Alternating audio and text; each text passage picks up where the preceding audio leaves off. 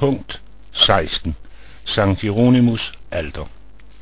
Dette alter regnes normalt med til det gregorianske kapel, men ligger lidt for sig selv på bagsiden af den store højre støttepille for kuplen. Over Hieronymus alter ses en kopi af Dominicanus billede Sankt Hieronymus sidste nadver i klostret i Jerusalem. Originalen kan ses i Vatikanets pinakotek. Alteret rummer forskellige relikvier efter Hieronymus, men det har nu fået en ganske ny prominens, efter at pave Johannes den 23. i 2001 blev flyttet fra sin sarkofag i krypten og gravlagt under alteret i smukt paveligt skrud i en guldornamenteret glaskiste. Johannes den 23. har altid været en af de mest populære paver, men efter hans saliggørelse på vej mod helgenstatus i år 2000 har populariteten nået uanede højder. Vil du tæt på alteret, må du som regel stille dig op i den forbi-defilerende kø, og i den tomme grav i krypten, hvor tidligere Johannes den 23. lå, blev den polske pave Johannes Paul II. Gravlagt ved sin død i 2005. Punkt 17. San Basilius alter og monument for Benedikt den 14. Vi går højre om den store støttepille, hvor vi på venstre hånd ser San Basilius alteret med et mosaikbillede ovenover, der viser, at den hellige Basilius er så optaget af at forrette messe helligtrekongers aften i år 372, at han ikke enser kejser Valentius med sit følge gøre sin entré. Alt skulle vige for troens styrke.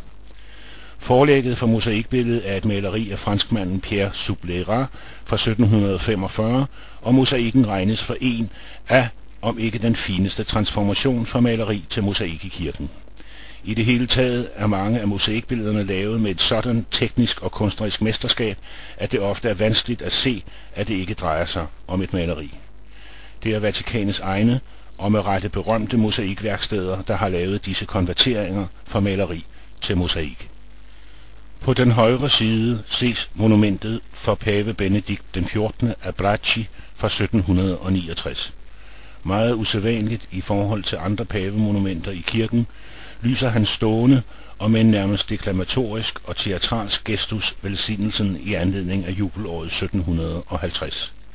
Han er omgivet af den hellige visdom på venstre side, der har et forgyldt sol på brystet, og holder Bibelen i sin højre hånd, og uselviskheden på højre side, der fast og bestemt afviser tilbuddet om et overflødighedshorn med juveler og penge fra en lille puttiengel.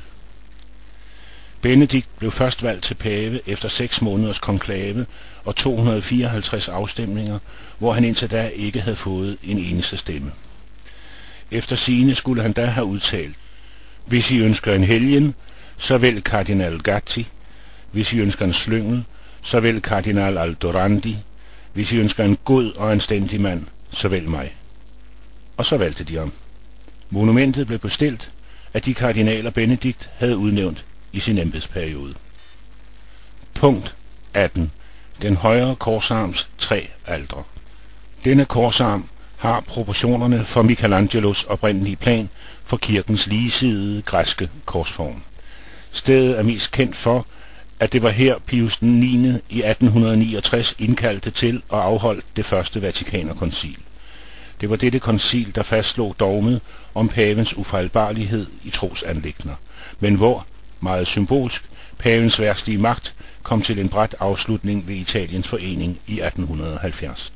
Korsarmens gulv og stukornamenteringen i loftet er udført i det 18. århundrede af Vanvitelli, og i den afsluttende korsbue ses store mosaikbilleder af blandt andet Poussin over de 3 korsarms altre. Alteret til venstre er viet til Sankt Erasmus, biskop i Antiochia, og rummer hans jordiske rester. Han døde martyrdøden under kejser Diocletian. Mosaikbilledet af Erasmus, meget blodig i martyrdød, er en kopi af et originalt billede af Poussin, der kan ses i Vatikanets pinakotek. Alteret i midten er viet til Sanctissime Processus og Martinius, som ifølge traditionen bevogtede Peter i det mamertinske fængsel, og som han omvendte til kristendommen under sit fangenskab. De led senere under kejser Nero, som vist på mosaikbilledet over alteret, martyrdøden og deres jordiske rester opbevares i en urne under alteret. Alteret til højre er viet til den bøhmiske greve Venceslas, der døde martyrdøden i år 930 for sin broder Boleslavs hånd. Mosaikbilledet over alteret er en kopi af en original af Angelo Caroselli, en elev af Caravaggio. Venceslas ligger begravet i domkirken i Prag. Alteret her rummer relikvierne efter en stor gruppe martyrer, der blev overført fra forskellige katakomber i 1628. Punkt 19. Navicella-alteret og monument for Clemens den 13. Navicella-alteret på venstre hånd er det andet sted i kirken, hvor Giotto-motivet for portikohallens indgang gentages. Igen kan det ses som en understregning af kirkens grundfæstede dyrkelse af Peter som den vigtigste apostel, der reddes fra druknedøden ved sin ubetingede tro på og tillid til Jesus. Alteret rummer relikvier af 2 tidligere martyrer, og alterbilledet med Peters gang på vandet er en mosaikkopi fra 1726 af en tidligere fresko af Lanfranco, der blev nedtaget i og i dag er placeret i loggia-balkonen midt for kirkens facade, hvorfra den nye pave udråbes som valgt og lyser velsignelsen. På højre side ses Canovas monument fra 1792 for Clemens den 13., det første monument, der repræsenterer nyklassicismens mere retvinklede og enkle og symmetriske linjer og formers indtog i kirken efter alt den sprælske og sprudlende barok. På den pyramideformede konstruktion ses paven øverst, knælende i inderlig bøn, med sit magtsymbol tiara-kronen hvilende på en pude ved sin side. Nedenfor ses 2 allegoriske figurer, religionen og døden, og nederst hviler 2 løbere, den ene vågen som et symbol på pavens virketrang, den anden sovende som symbol på hans mådehold i embedet.